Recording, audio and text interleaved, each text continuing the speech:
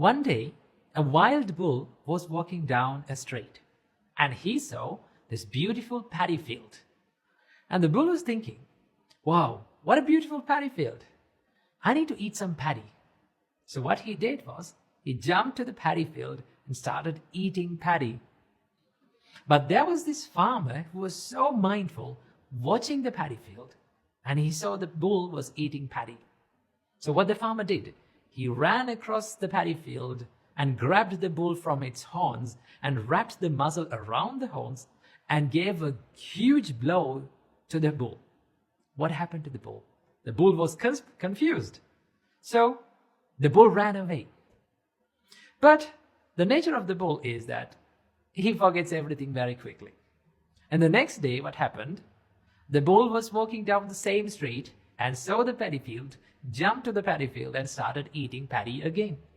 But there was this mindful farmer who was watching the paddy field. He gave a sound beating on that day as well. So this happened for a little while. But there came one day that the bull was thinking, okay, today I don't want to jump into the paddy field. Why? Because I always get beaten up by this guy. So on that day, the bull didn't jump to the paddy field. On that day, the bull was very disciplined when he was near the paddy field. He went and he passed the paddy field without jumping towards it.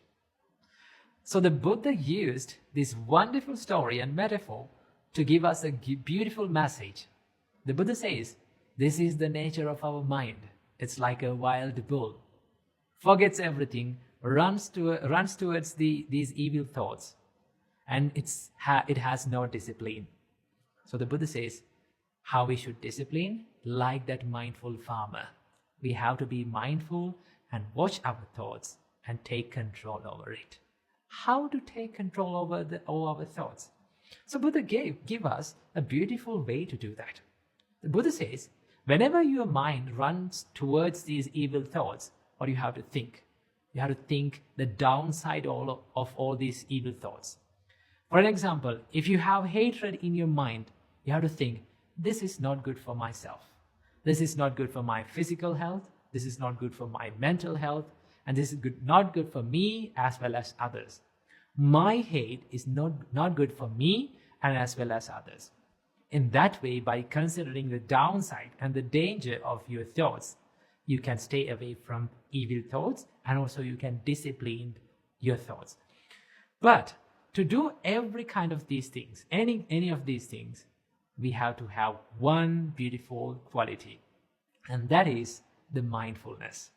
So the Buddha says, watch your mind like a farmer who's watching the paddy field, right? So without mindfulness, we cannot do any kind of these things. We cannot discipline our mind. We cannot take our mind from unwholesomeness to wholesomeness.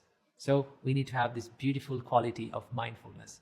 And also we need to consider the danger of our thoughts, because one thought can create a beautiful world, and just one thought can destroy this whole world. That is the power of our mind.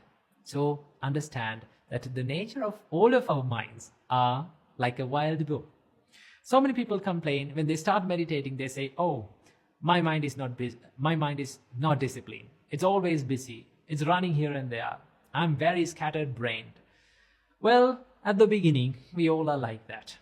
When we start meditation, our minds start to run here and there. Only when we start meditating, we realize that how busy our minds are, how scattered our minds are. So what we have to do, whenever our mind gets distracted or disturbed or running into these kind of evil thoughts, we have to kindly bring it back to the wholesomeness. You may have to do this again and again.